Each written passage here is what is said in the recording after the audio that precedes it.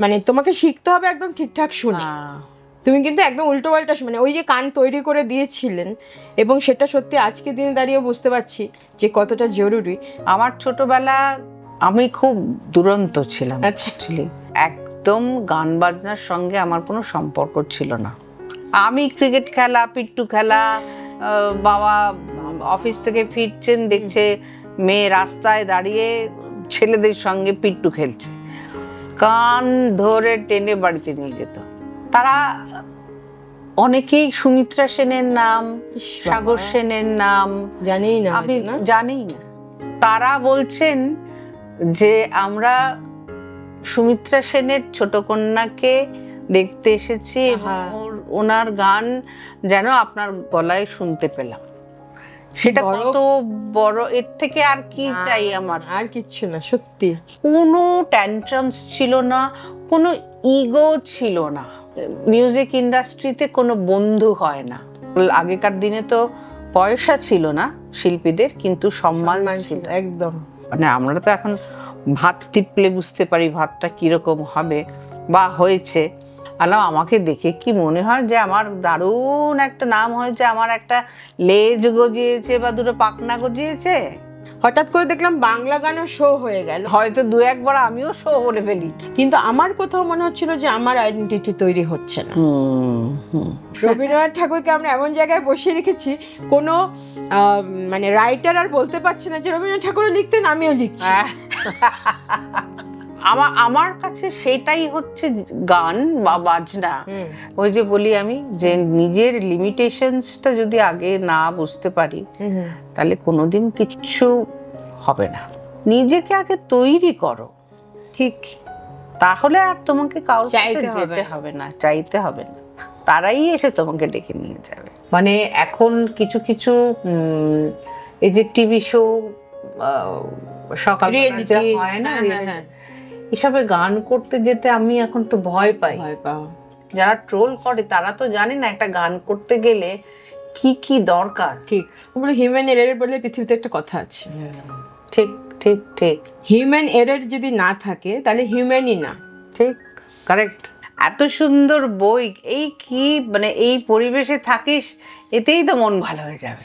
মোরে আরো আরো আরো দাও প্রাণ, প্রাণ ভরে তৃষা হরে, মোরে আরো আরো আরো দাও প্রাণ।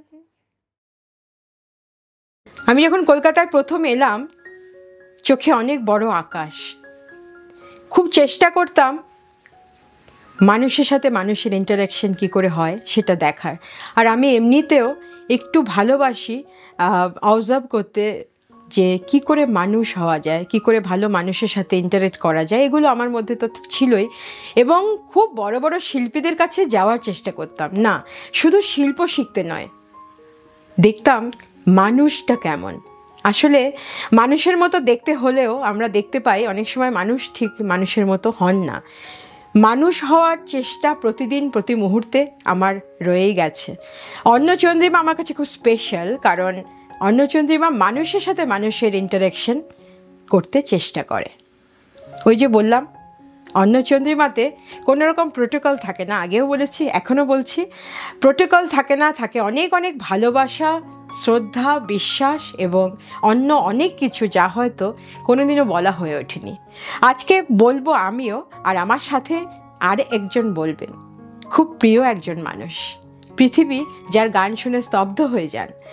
রবীন্দ্রনাথ তার সারা জীবনের সঙ্গী, আমাদের খুব প্রাণের এবং কাছের মানুষ শ্রাবণী সেন, আমাদের প্রিয় রূপদি। আজকে অন্নচন্দ্রিমা সত্যি অন্য রকম, আসলে মানুষটা অন্যরকম, আমাদের খুব প্রিয়। এবং কি বলবো আমি তোমাকে, যে তুমি আমার বাড়িতে এসছো, অন্নচন্দ্রিমায় এসছো, সেটা বড় কথা নয়। বড় কথা হচ্ছে তোমাকে আমি যখন থেকে কলকাতা শহরে আসি, আমার মনে হয়েছিল একজন অভিভাবক যে একদম ঠিকঠাক মানুষ, যে মানুষ শ্রাবণী সেন, তাকে আমি খুব কাছ থেকে দেখেছি এবং খুব, যদিও ডেইলি দেখিনি, কিন্তু আমার মনে হয়েছে তোমার ভ্যালু সিস্টেম আমাকে খুব আকৃষ্ট করে, আমার অসাধারণ লাগে এবং আমার মনে হয় কোথাও আমি খুব রিলেট করতে পারি। আমিও তোকে খুব ভালোবাসি, এবং শুধু তোকে না, তোর বরকেও একদম পুরো ফ্যামিলিকেই ভালোবাসি। আর তোমার ছোটবেলাটা যেহেতু তুমি খুব প্রিভিলেজ, আজকে আমি একটা কথা বলতে বাধ্যই হচ্ছে যে আমার মা যদি আজকে বেঁচে থাকতেন আর এই জায়গাটায় যদি উনি দেখতেন যে তুমি বসে আছো আমার বাড়িতে, she would be most happiest person. কারণটা আরও বড়, কারণটা হচ্ছে শ্রীমতী সুমিত্রা সেন। আমরা আসামে জন্ম, আমি তো জানি ছোট জায়গায়। এবার ছোট জায়গা হওয়াতে কি হয়, অনেক কিছুর অ্যাভেলেবিলিটি কম থাকে। তা আমার মা এত মিউজিক্যাল ছিলেন এবং নিজেও খুব ভালো যেহেতু গাইতেন, মায়ের কাছে আমার ছোটবেলা থেকে একদম ঠিকঠাক মানুষের কানে দেওয়া আর কি, এটা মায়ের ছিল যে তোমাকে শিখতে হবে একদম ঠিকঠাক শুনে, তুমি কিন্তু একদম উল্টো পাল্টা ওই যে কান তৈরি করে দিয়েছিলেন। এবং সেটা সত্যি আজকে দিনে দাঁড়িয়ে বুঝতে পারছি যে কতটা জরুরি। তো সুমিত্রা সেন এমন একজন মানুষ যে আমার বাড়িতে সবসময় আমরা শুনতাম, এবং বলছে যে সবসময় বলতেন যে এগুলো হচ্ছে এক একজন মানুষ যারা এক একজন এক একটা ইনস্টিটিউশন। তো তুমি যদি কিছুটাও শেখো বা শোনো তাহলে তুমি কিছুটা শিখতে পারবে। খুব ঠিক কথা বলেছেন, খুব ঠিক কথা বলেছেন। তো এই জন্য আমার এখনো গায়ে কাটা দিচ্ছে যে মা এত আমাদেরকে ঠিকঠাক একটা চালনা করার চেষ্টা করতেন, মিউজিক্যালি তো বটে এবং প্রোনাউন্সিয়েশন। আমি তো প্রবাসী, আমার এসএমএস ডিকশন, আমার হিন্দি ডিকশন অনেক বেটার বাংলা থেকে। তো তোমার ছোটবেলাতে তুমি খুব প্রিভিলেজ, কলকাতা শহরে, প্লাস এরকম একটা পরিবারে তোমার জন্ম। হ্যাঁ, একটু জানতে চাইবো যে আমার ছোটবেলা আমি খুব দুরন্ত ছিলাম অ্যাকচুয়ালি। টমবয়েস? হ্যাঁ, টমবয়েস আমি এখনো। দুরন্ত ছিলাম একদম। গান বাজনার সঙ্গে আমার কোনো সম্পর্ক ছিল না আসলে। আমার দিদি তো আমার থেকে প্রায় 9 বছরের বড়, বুঝতে পারছিস। আর ওই সময়টা দিদি সব বিষয়ে ভালো, হ্যাঁ, যেমন পড়াশোনা, তেমন সুন্দর দেখতে, তেমন গান করে, যেইখানে হাত দেয় শোনা। আর ওই সব ঝামেলার মধ্যে আমি আর ওই দিকেই যেতাম না। আমি ক্রিকেট খেলা, পিট্টু খেলা, বাবা অফিস থেকে ফিরছেন, দেখছে মেয়ে রাস্তায় দাঁড়িয়ে সব ছেলেদের সঙ্গে পিট্টু খেলছে, কান ধরে টেনে বাড়িতে নিয়ে যেত। তো যাই হোক, এই করেই আমার বড় হওয়া। কিন্তু আমাদের বাড়িতে এত একটা অ্যাসোসিয়েশন, এরকম যে সঙ্গীত শিল্পী থেকে শুরু করে নৃত্য শিল্পী, হ্যাঁ, যেমন মঞ্জুশ্রী চাকি সরকার, রামগোপাল ভট্টাচার্য, শম্ভু ভট্টাচার্য, এরা আমরা বড় হয়ে জেনেছি এরা কি মহান সব শিল্পী। তখন তো কাকা, জ্যাঠা, মামা, পিসি, কারণ এদের তো সবসময় আমরা সেইভাবেই ডাকি, এখনো ডাকি। হ্যাঁ, যখন গিয়ে ধরো কোনো একটা প্রসঙ্গে বলতে যাই, যে এই ধরো সাগর সেনের কথা বলতে গেলে ঠক করে বেরিয়ে যায় সাগর কাকুর এই গানটা না, সবাই ভাবে বাবা আবার সাগর কাকু বলছে, দেখো। কিন্তু ব্যাপারটা কিন্তু আমাদের ভেতরে এরকমই আছে। সবাই বলছে না গো, বোঝে না সবাই বলছে, কারা বলছে সেটা আমি জানি না। কিন্তু আমার মত আমরা যদি, তুমি ইতিহাস যদি দেখো, তোমার বাড়ির ইতিহাস আমরা যতটুকু জানি, বা এবং আরো অনেক অনেক ফ্যামিলির ইতিহাস, তো এটাই তো স্বাভাবিক, কাকুই তো ডাকবে। হ্যাঁ, কাকু। হ্যাঁ, এবার যে বলছে তার either they have no idea, আর নাম্বার 2 হচ্ছে they are not that much artistic বা aware of the. এখনকার যারা তারা অনেকেই সুমিত্রা সেনের নাম, সাগর সেনের নাম জানি না, আমি জানি না। খুব দুঃখজনক এটা। কিন্তু তোমার কি মনে হয় যে সবাই সেরকম নয়? কিন্তু অনেকে কিন্তু আছে না, খুবই নলেজেবল, খুবই রুট লেভেল থেকে তৈরি হয়ে আসা, এরকম কিন্তু অনেকে আছে। আজকে একটা বেস্ট মিউজিক অনেক ভালো ভালো মিউজিশিয়ানদের সাথে আমরা যেহেতু কাজ করি, তো তুমিও হয়তো দেখবে যে ওরা কিন্তু পুরো ইতিহাস জানে। এবার আমার কিন্তু ওইটাই আর কি ভিশন, যে কেন জানবে না, জানতে হবে। যদি না জানে তাহলে তার কোনো রাইট নেই সেই সম্পর্কে বলা। কালকে একটা অনুষ্ঠানে গিয়েছিলাম, সেখানে অনেক মানুষ এসেছিলেন, কলা মন্দিরের শোটা ছিল, এবং আমার গানের পরে কিছু মানুষ ভেতরে এসেছিলেন, গ্রিন দেখা করতে আর কি, তাদের ভালো লাগাটা। এবং তারা বলছেন যে আমরা সুমিত্রা সেনের ছোট কন্যাকে দেখতে এসেছি এবং ওনার গান যেন আপনার গলায় শুনতে পেলাম, সেটা কত বড়, এর থেকে আর কি চাই আমার? আর কিচ্ছু না, সত্যি ওনার আসলে আশীর্বাদ তো রয়েছে। এবং সব থেকে বড় কথা, মানুষটাকে আমি অনেকবার, আমি তখন যখন ছোট ছিলাম সত্যি সুমিত্রা সেন কি ব্যাপার বুঝতাম না, পরবর্তীকালে বুঝেছি, জেনেছি। কিন্তু আমার ওই প্রেজেন্টেশনটাই এত সুন্দর, একটা স্নিগ্ধ পুরো যে বিষয়টা, একদম মানে উইদাউট ম্যানারিজম, একটা গান, মানে কোনো রকম কোনো একটা কোনো এই যে এখন শিল্পে আমাদের মধ্যে এই যে কত ট্যান্ট্রামস আছে না, সেসব জিনিস ওই সময়ের অনেককে দেখেছি তো, একদম পাশে বসে গল্প করেছি, তাদের কোলে বসে বেড়াতে গেছি, তো সুতরাং দেখেছি কোনো ট্যান্ট্রামস ছিল না, কোনো ইগো ছিল না। কি অপূর্ব। আমরা একসঙ্গে এই দেবব্রত বিশ্বাস, মায়া সেন, আমাদের ফ্যামিলি, অশোক তরু বন্দ্যোপাধ্যায়, সবাই মিলে পুরী গেছিলাম, চিন্তা জানিস, সবাই পুরী গিয়ে চাঁদের হাট, হ্যাঁ তখন গিয়ে আমার একটা ছবি আছে অশোক কাকুর কোলে এরকম করে আমাকে ধরে আছে, বুঝলি, আমি একটা পেনি পরা, হ্যাঁ তখন ওই অবস্থা থেকে আমরা এদের সঙ্গে, আর মানে তখন একটা জয় বাংলা হলো, বুঝলি, সারা পুরীতে। আচ্ছা, সবাই, আর মেশো মানে মায়া মাসির যিনি হাজবেন্ড, তিনি সবাইকে বলছে, এই শোনো তোমরা গোলাপ জল দাও, চোখে গোলাপ জল দাও, নিয়ে পরের দিন সকালবেলায় এসছে সানগ্লাস, তখন মা বলছে, হ্যাঁ শ্রীদীপদা এটা কি হলো, সবাইকে বলে আর সুমিত্রা বলো না, আমারই হয়ে গেল জয় বাংলা।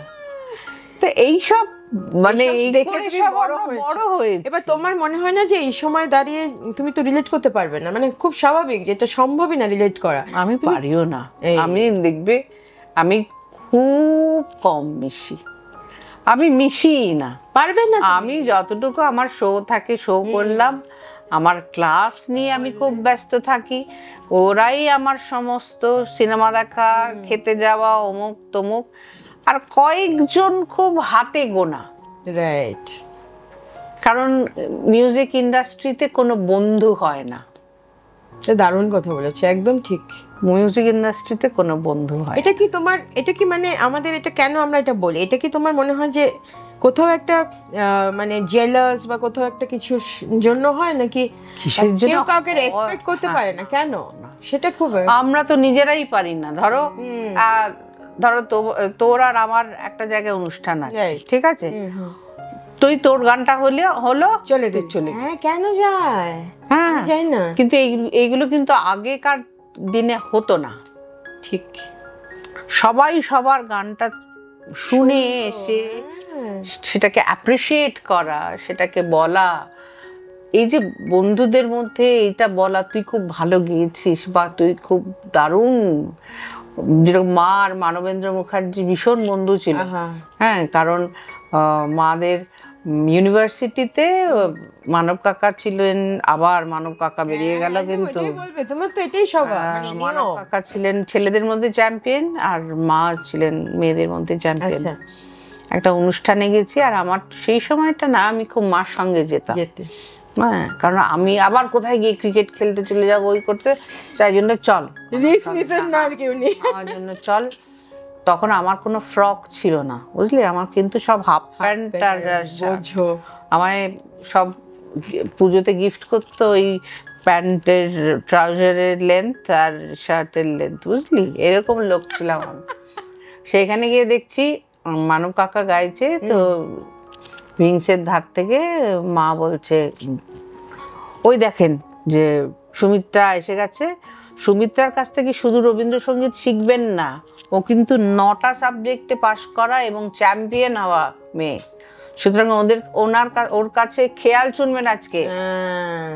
আজকে যেরকম আমরা বলতে পারি, আমি যেমন একটু বলবো আজকে শুধু রবীন্দ্রসঙ্গীত শুনবো, আমি তো আমি জানি সেজন্য কিছু তো পারি না ওই সব। বাবা রে বাবা, চন্দ্রিমা চন্দ্রিমা তো একটু অন্য হতেই হবে। রবীন্দ্রনাথের গান আমরা সারা পৃথিবী জানে, শ্রাবণী সেন যখন গান করেন পৃথিবী স্তব্ধ হয়ে যায়, ওসব আমরা জানি। আর তুমি যখন এসছো এবং আমি যখন জানি তুমি রবীন্দ্রসঙ্গীতের বাইরেও অনেক গান খুব ইজিলি গাইতে পারো। হ্যাঁ, তুমি গাও না, সেটা তুমি বলো যে তুমি পাবলিকলি হয়তো গাও না, কিন্তু আমরা যারা জানি তারা তো জানি। তো আমরা আজকে কিন্তু অন্য কিছু শোনার একটু রিকোয়েস্ট, আমার ওসব মনেই থাকে না, রেখে দিলাম রিকোয়েস্ট। এবার তুমি তোমার মতো করে তুমি সাজিও। আর এই বলো যে রবীন্দ্রনাথ ঠাকুর তোমার জীবনে কিভাবে আলো করে আছেন, মানে কিভাবে কি ইম্প্যাক্ট পড়েছে আর কি, মানে তুমি কবে থেকে বুঝলে যে এটা রবীন্দ্রনাথ ঠাকুর আমি এভাবে বুঝছি বা এভাবে পড়ছি? না, আমি সত্যি কথা বলতে আমার সেইভাবে রবীন্দ্রনাথ পড়া নেই। আচ্ছা। আমার সেভাবে পড়া নেই। তবে একটা সময়ে যখন আমার কিচ্ছু করার ছিল না, আমার বাবা চলে গেল, তারপরে মার স্ট্রাগল, আগেকার দিনে তো পয়সা ছিল না শিল্পীদের, কিন্তু সম্মান ছিল, একদম সেটাই দেখে এসেছি একদম। এবং পরবর্তীকালে আমি তো অনেক পরে গানের মধ্যে এসেছি, তখন আমি ওইটাই চাইতাম, সম্মানটাই চেয়েছি। আমি তো এখনো সেটাই চাই, এখনো সেটা চাই। এবং আমি এটা বলতে আমার কোনো দ্বিধা নেই, আমি পেয়েছি। মানুষ আমাকে অসম্ভব ভালোবেসেছে, ভালোবাসেন, আশীর্বাদ করেন। আমি জানি না এটা পাওয়ার আমি যোগ্য কিনা, কারণ আমার সত্যি কথা বলতে কি এটা কোনো বিনয় না, কিন্তু আমার তো সেভাবে শেখা হয়নি। আজকালকার ছেলেমেয়েরা যারা কি অসম্ভব ট্যালেন্টেড, যারা আমার কাছেও কিছু আছে, যারা গান শিখতে আসে, তাদের তো মানে আমরা তো এখন ভাত টিপলে বুঝতে পারি ভাতটা কিরকম হবে বা হয়েছে। অসম্ভব ট্যালেন্টেড, একবার গাইলে তারা চট করে গান তুলে নেয়। হ্যাঁ, এবং আমি কিন্তু তাদেরও ফলো করি। আমার কিছু আমার পুরনো ছাত্রী যারা আছে, একজন ছাত্র আছে দেবাংশু বলে, তার নামই করে দিলাম, যে আমি কোথায় কি গান গাইবো সবসময় সাজেস্ট করে, প্রভুদি তুমি দেখো না এই গানটা যদি অনেকদিন গাও না। হ্যাঁ, আমার যে সোলোটা হলো সমস্ত গান কিন্তু ও বেছে দিয়েছে। হ্যাঁ, তারপর এখানটা তুমি এইভাবে দমটা নিলে বোধহয় মানেটা একটু, কারণ ওইভাবে আমি কোনোদিন ভাবিনি, কারণ আমি তো ভাবিনি গানে আসবো। সত্যি কথাই, তোমার সোলোতে আমরা গেলাম রিসেন্টলি। হ্যাঁ, যেটা আমার সব থেকে ভালো লাগলো যে তোমাদের এই যে পারিবারিক একটা ভ্যালু সিস্টেম বা ভালোবাসা, যেহেতু এখন মাসি আর নেই, তো আমি দেখলাম ইন্দ্রাণীদি প্রথমে বললেন এবং আমার তো পুরো চোখ দিয়ে জল টল বেরিয়ে গেল, কারণ আমি আমার দিদি যেহেতু রিলেট করতে পারছিলাম, আমারও মা নেই, তো বারবার বলছিলেন যে রূপু অনেক বেশি মানে সাহসী, আমি হলে তো জানি না কি করতাম, ও ঠিক মানে ভালো ম্যানেজ করে ফেলবে সেটা আমি জানি। তারপর অনেকের খুব অবাক লেগেছে যে ও যে আমি একবার বললাম না আমাকে একটু চা এনে দিবি, তখন চা দিল, দিদিভাই চা এনে দিয়েছে, সেটা হচ্ছে উনি চা এনে দিলেন। তো আলাম দূর বাবা, শিল্পীর আগে ও তো আমার দিদি, তো চা এনে দেবে না, ওর চাল চাইলে আমিও তো দিয়ে দেবো। এইগুলো আসলে যারা বাইরে থেকে দেখেন তারা রিলেট করতে পারেন কিনা আমি জানি না, আমি খুব রিলেট করতে পারি, কারণ আমার শুধু মনে হয় যে আগে তো আমরা সম্পর্ক, তারপর তো অন্য কিছু। এখন যে তোমার মা হচ্ছে সুমিত্রা সেন, এবার আমরা যারা বাইরের লোক তারা তো দেখছি যে উনি সুমিত্রা সেন এরকম একটা স্টলওয়ার, তার এরকম কাজের পরিধি, এত অপূর্ব প্রেজেন্টেশন, সেটা আমরা দেখছি, কিন্তু তুমি কিন্তু দেখছো মা হিসেবে। আমি তো মা, আমি কানমলা খাচ্ছি, গাঁটটা খাচ্ছি, আবার বকি নানান রকম করছে, তারপর আমার জন্মদিনে মাংস রান্না করছে, এই করছে, আমার তো তখন 8 পৌড়ে মা, ঠিক তখন তো আর সুমিত্রা সেন নয়। কিন্তু ধরো বাইরের লোকেরা সেটা হয়তো অনেক সময় এটা মিসিং হয়ে যায়, যে রিলেট করতে পারে। এই যে তুমি বলছো মানব কাকু, তো অবভিয়াসলি তুমি অনেক কাকুই বলবে, কারণ তুমি তো ছোটবেলা থেকেই সেভাবে। এখন অনেকেই আমাকে খুব ভুল বোঝেন। তাই? সে কি কথা, তোমারও ভুল বোঝেন? সব এইসব লোককে বাদ দিয়ে দাও। দিয়ে দিয়েছি অলরেডি। অনেকে বলে বাবা তোর তো এখন বিরাট ব্যাপার, তোরা কি এই গেট টুগেদারে আসবি, অমুক তমুক, তোর এখন হেভি নাম অমুক তমুক। আলাম আমাকে দেখে কি মনে হয় যে আমার দারুণ একটা নাম হয়েছে, আমার একটা লেজ গজিয়েছে বা দুটো পাখনা গজিয়েছে? বলো, হ্যাঁ ঠিক করো, এরকমই বলবে, একদম এইরকমই রিপ্লাই দেওয়া উচিত। আর এই যে তুমি বলো যে এখন প্রত্যেকেই দেখছি স্টেজে পারফর্ম করে, প্রত্যেকেরই মানে 2 দিন না শিখে 3 দিনের দিন দেখছি শো বলে আর কি। আগে তো শো বলতাম, আগে তো হতো প্রোগ্রাম, অনুষ্ঠান, এরকম আমরা বলতাম। হঠাৎ করে দেখলাম বাংলা গানও শো হয়ে গেল। এটা তোমার একটু অবাক লেগেছে বিষয়টা? তোমার হয়তো 2-1 বার আমিও শো বলে ফেলি, অভ্যেস বশত, অনভ্যেস বশত। এখন তো বলো, সবাই শো বলছে। আগে কেমন মনে হতো যখন প্রথম হ্যাঁ, কানে খটাস করে লাগতো। হ্যাঁ নিশ্চয়ই, কারণ হিন্দি জেনারেলি আমরা বলিউড লোকেরা শোটা বলতো। আমি হঠাৎ দেখছি যে মানে হঠাৎ করে শো হয়ে গেল। আমি তখন গুয়াহাটিতে, আমি তখন ছোটই ছিলাম।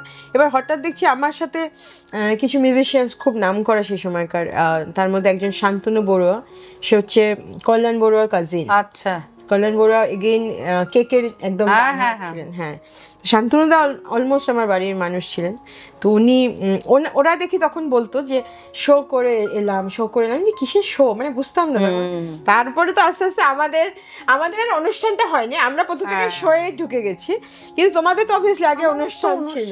হ্যাঁ, রাইট, বিশেষ করে রবীন্দ্রনাথের গানের অনুষ্ঠান। হ্যাঁ, তারপর রবীন্দ্রনাথ সঙ্গীতের মানে আমার পার্সোনালি মা যেহেতু রবীন্দ্রনাথের গানই এত ভালোবাসতেন এবং সারা জীবন চেষ্টা করে গেছি একটু রবীন্দ্রনাথের গান আমি করি। কিন্তু আমি যেহেতু ক্লাসিক্যালি, আমি যখন ক্লাসিক্যালি চলে গেলাম ক্লাসিক্যালের দিকে, তখন আমার প্রথম দিকটাতে মনে হতো যে রবীন্দ্রসঙ্গীতটা বড্ড বেশি মানে আমি ঠিক প্রেজেন্ট করতে পারবো না, বা আমি বুঝতেও পারছি না ব্যাপারটা কিরকম একটা হচ্ছে। ওই যে একদম ঠেরাও যেটাকে বলে, ওই ব্যাপারটা হচ্ছে না। আমি খুব চঞ্চল, আমার গায়কিটা, তো আমার মনে হয়েছিল সেটা হবে না। কিন্তু আস্তে আস্তে যত বড় হচ্ছে, রবীন্দ্রনাথ আমার সাথে সাথে বড় হচ্ছেন, এটা আমার খুব ভালো লাগে। এবং এই মুহূর্তে দাঁড়িয়ে আমি এত কঠিন রবীন্দ্রনাথের গান একটু চেষ্টা করে গাই, স্পেশালি টপ পাঙ্গের গানগুলো ভালো লাগে গাইতে, যেহেতু একটু ক্লাসিক্যালের ব্যাকগ্রাউন্ডটা রয়েছে। তবে আমি তোমাকে বলছি যে ইন্দ্রাণী সেন আমাদের বাড়িতে খুব মানে কি ছিল, মানে প্রচন্ড পপুলার, নাম্বার 1 তো। ক্যাসেটের মধ্যে অপূর্ব সুন্দর একটা মুখ, আর কি সুন্দর সাজতেন, মানে দেখার মতো, সাজুগুজু। হ্যাঁ, খুব সাজে। আর আরেকটা যেটা হতো যে গান, আর আমি ওনার বেসিক্যালি ফ্যান ছিলাম নজরুল গীত। আমি এই রিসেন্টলি একটা, তুমি তথাগতর কথা বলছো, নামই বলে ফেললাম। তথাগত এগেইন আমার খুব কাছের মানুষ, ও আর ওর অপরাজিতা দুজনেই খুব ভালো বাজায় এই মুহূর্তে, অসামান্য। তো তথাগতর সাথে আমি একটা রবীন্দ্রনাথের গান করেছি। আর যেটা রিসেন্টলি আমি করলাম সেটা হচ্ছে ইন্দ্রাণীদির একটি গান, আমি জানি না তোমার মনে আছে কিনা, বা অনেকেই হয়তো জানেন না, এ ঘন ঘোর রাতে। সেটা আমি, হ্যাঁ, সেটা শরদের সাথে করলাম। বাহ, শুধু মানে ওইটা টপ্পাটা আনপ্লাগ, সেটা একটা করা হয়েছে। তো ওই তখন থেকে এ ঘন ঘন রাতে আমার কানে লেগে আছে, এবং পরবর্তীকালে আমি যতবার শোনার চেষ্টা করছি, ইউটিউবে আছে গানটা, কিন্তু ইউটিউবে অনেক কিছুই খুব বাজেভাবে আছে। আচ্ছা, মানে অনেক কিছুই না, ওরা মানে আর্কাইভটা আরো ভালোভাবে থাকার কথা, কারণ এই অ্যালবামটা তো খুব অপূর্ব ছিল, অসামান্য। প্রত্যেকটা অ্যালবাম অসামান্য। আমি এরকম আমার নিজের দিদি বলে বলছি না, যে এরকম আমি শিল্পী খুব কম দেখেছি যে প্রত্যেকটি জনারের গান করে এবং ঠিক সেই জনারের মতো যায়। একদম কখনো মনে হয় না রবীন্দ্রনাথের গানের মতো হয়ে যাচ্ছে নজরুল গীতিটা বা আধুনিক গানটা বা গজল, যাই হোক, ওর তো নানান রকম, ওর মানে নানা দিকে বিচরণ, একদম, এবং সব জায়গাতেই ও একদম পারদর্শী একদম। এরকম দিদি পাওয়া তো খুব ভাগ্যের বিষয়। আর আমার কি মুশকিল বল, ওইরকম একটা দিদি আর তার বোনের মানে অবস্থা। তোমার তো আলাদাই ব্যাপার, তোমার জায়গা তো একদমই আলাদা। তুমি বলো যে এই যে নতুন জেনারেশন, তুমি কিভাবে তাদেরকে দেখো, মানে আমার জেনারেশনের পরেও যারা আর একদম নতুন। হ্যাঁ, তো এবার ব্যাপারটা হচ্ছে যে আমি তো খুব একটা মানে আমি যদি রিলেট করতে না পারি, তো তোমার তো আরোই বেশি সমস্যা হওয়ার কথা। হ্যাঁ, কিন্তু ওরা যেটা বলছিলাম যে ওরা কিন্তু ভীষণ ট্যালেন্টেড, ভীষণ ট্যালেন্টেড। সবাই কি সেটা তোমার কাছে যারা আসে, হ্যাঁ আমার কাছে যারা আসে, কিন্তু তারপরে নতুন যারা তোমার কাছে আসতে গেলে তো ভেবে আসে না, কিন্তু তোমার কাজ অব্দি পৌঁছানো সেটা তো খুব ডিফিকাল্ট। আমি যখন প্রথম কলকাতা আসি, আমার মনে আছে আমার প্রথম অনুষ্ঠান আমি প্ল্যান করছি যে কিভাবে কি করা যায়, তার আগে কিন্তু আমার সেই অর্গানাইজার্স যারা সো কল বড় অর্গানাইজার্স, আমি সেটা বলছি না যে তাদেরকে আমি ছোট করছি না, কিন্তু আমার কোথাও মনে হচ্ছিল যে আমার আইডেন্টিটি তৈরি হচ্ছে না। পয়সা পাচ্ছিলাম, শো হচ্ছে, কিন্তু সেই শো করে আমি কি করব? আমি বড় বড় ধরো অমিত কুমার গাইবেন, তার আগে আমি হয়তো গাইছি, কিন্তু যিনি অর্গানাইজ করছেন তিনি তো Amit Kumar obviously will be highlighted, আমাকে তো কেউ দেখছি না, আমি 3-4টা গান গিয়ে চলে আসলাম, তো হু কেয়ার্স, মানে কে চন্দ্রিমা, ওই ঠিক আছে টাইপের। ইনফ্যাক্ট আজকের দিনে দাঁড়িয়েও আমি জানি না কেন এই যে ডুয়েট সংগুলো হয়, এই হয় সে, কেউ কি মনে রাখে? আমার মনে হয় না মনে রাখে। তো আমি চেষ্টা করছিলাম যে আমার আইডেন্টিটিটা তৈরি করতে। নিশ্চয়ই। তো সেই জায়গাটা আমাকে কিন্তু মানে অনেকেই সেই সময় কলকাতা শহরে নতুন এসেছি, তো আস্তে আস্তে যখন আমি বেশ কয়েক বছর হয়ে গেল, তখন ওই মধুমিতাদির সাথে আমার দেখা হওয়া, এবং তোমার আর আমার একটা অনুষ্ঠান আমি কিউরেটেড করেছিলাম, ওই রবীন্দ্রসঙ্গীত উইথ কন্টেম্পোরারি লিরিসিস্ট। তো রবীন্দ্রনাথের ঠাকুরকে তো কেউ মেলাতে চায় না কোনো জায়গায়। সেদিন একটা খুব ভালো চন্দ্রিলের একটা ইন্টারভিউতে দেখছিলাম যে আসলে আমরা তো একটু সাহসের অভাব আছে, রবীন্দ্রনাথ ঠাকুরকে আমরা এমন জায়গায় বসিয়ে রেখেছি, কোনো মানে রাইটার আর বলতে পারছে না যে রবীন্দ্রনাথ ঠাকুরও লিখতেন, আমিও লিখছি। ভালো বলেছিস, এটা দারুণ, আমার এত মজা লেগেছে। বলছে এরকম কনফিডেন্স তো কারোরই নেই, রবীন্দ্রনাথ লিখতেন, আমিও লিখছি। হ্যাঁ উনি খুব নাম করে ফেলেছেন, ঠিক আছে আমিও তো করছি। এইটা এই কনফিডেন্সটা আর কি আমি বলতে চাইছি যে আমাদের কিন্তু নেই। হ্যাঁ সত্যি কথা বলতে এখনো নেই, কারণ আমাদের সবসময় মনে হয় যে রূপদি আমার পাশে বসে আমি কি গাইবো, এরকম একটা মনে হয়। কিন্তু সেই মনে হওয়াটাকে কিন্তু আমি ব্যারিয়ারটাকে ব্রেক করেছিলাম প্রথম আমি কত অনুষ্ঠান করা হলো একসাথে। তো ওই সাহস আসলে আমার মনে হয় তুমি তো খুব সাহসী। আমি খুব সাহসী, তুমি সাহসী বলেই কিন্তু তুমি আমার পাশে বসলে। না আমি সাহসী বলে আমি এতদিন গান করে আমি কিছু না জেনেই গান, তুমি না জেনে গান করছো এটা বলো, এটা খুব রে। আমি এখন এই সময় এসে দাঁড়িয়ে ভাবি যে কত লোককে কত কি বলে, যে এই বিলায়েত খানের আলাপ শুনে সারাটা সন্ধে কাটিয়ে দিলাম। হ্যাঁ আমি তো এসব কিছু পারিও না, বুঝিও না সেরকম। হ্যাঁ একটা জিনিস ভালো বাজলে বা একটা ভালো গান শুনলে ভালো লাগে, পুরোনো দিনের ভালো মদন মোহনজির গান শুনলে চোখে জল আসে একদম। আমার মনে হয় না রে, আমিও চুপ চাই না। আচ্ছা, তো আমার কাছে সেটাই হচ্ছে গান বা বাজনা, যেটা এইখানে টাচ করবে। ঠিক, সেটা রবীন্দ্রসঙ্গীত হতে পারে, নজরুল গীতে পারে, এনি জনার অফ সংস। আমি অত মানে বেশি শিখিনি তো, কিন্তু আমার খুব ভালো লাগে। এখন যত বয়স হচ্ছে আমি আরেকটু শেখার চেষ্টা করছি। আমার মা বলতেন যে গানগুলোকে পড়ো, গানগুলোকে পড়তে পড়তে দেখবে তোমার এক্সপ্রেশনটা বাড়বে, যখন তুমি বুঝতে পারবে একটা সময়ে এলে তবে তুমি রবীন্দ্রনাথের গানকে বুঝতে পারবে। আমরা এখনো বুঝতে পারি একদমই না, ওনাকে সম্ভবই না, অসম্ভব। এবং এক এক দিন এক এক রকম মনে হয়, এক এক রকম মানে মনে হয়। একদম ঠিক। তোমার দেখবে বয়সের সাথে সাথে মানেটা চেঞ্জ হয়ে যায়। আমার মনে হচ্ছে ছোটবেলা ওই গানটা আমাকে খুব শেখানো হতো, এদিন আজি কোন ঘরে গো খুলে দিলে দ্বার, এটা একটা বাচ্চাদের নাচ শেখানো হচ্ছে। এবার আমি তো বুঝতে পারি, আমি এদিন আজি, মানে আমরা বলতাম এদিন আজি, এদিন আজি কথাটা, এই যে পজটা, এটা জানতামই না। এটা পড়লে অনেক সুবিধে হয়ে যায়। তোমার জীবনে মানুষ হওয়াটা কতটা জরুরি? তুমি কি মানুষ দেখতে পাও আজকাল? কন্ট্রোভার্সিয়াল। হ্যাঁ, মানুষ কি জানো এটা কেমন হয়ে গেছে জানো, সেটাই বলতে চাই, আর আমি শুনতে চাইছি খুব মানে চাই, মানে লোকে যে বলবে আমার পরে, চলে যাওয়ার পরে, যে একটা ভালো মানুষ ছিল, কত বড় শিল্পী ছিল, না বললেও চলবে। কারণ এইগুলো আমার মার থেকে শেখা, এই জন্যই জিজ্ঞেস করলাম। হ্যাঁ, কারণ এই যে মা চলে গেছেন, বা মা তো গান ছেড়ে দিয়েছেন বহু যুগ। আরেকটাও জিনিস শিখেছিলাম মার কাছ থেকে, যে কখন রিটায়ার করতে হয়।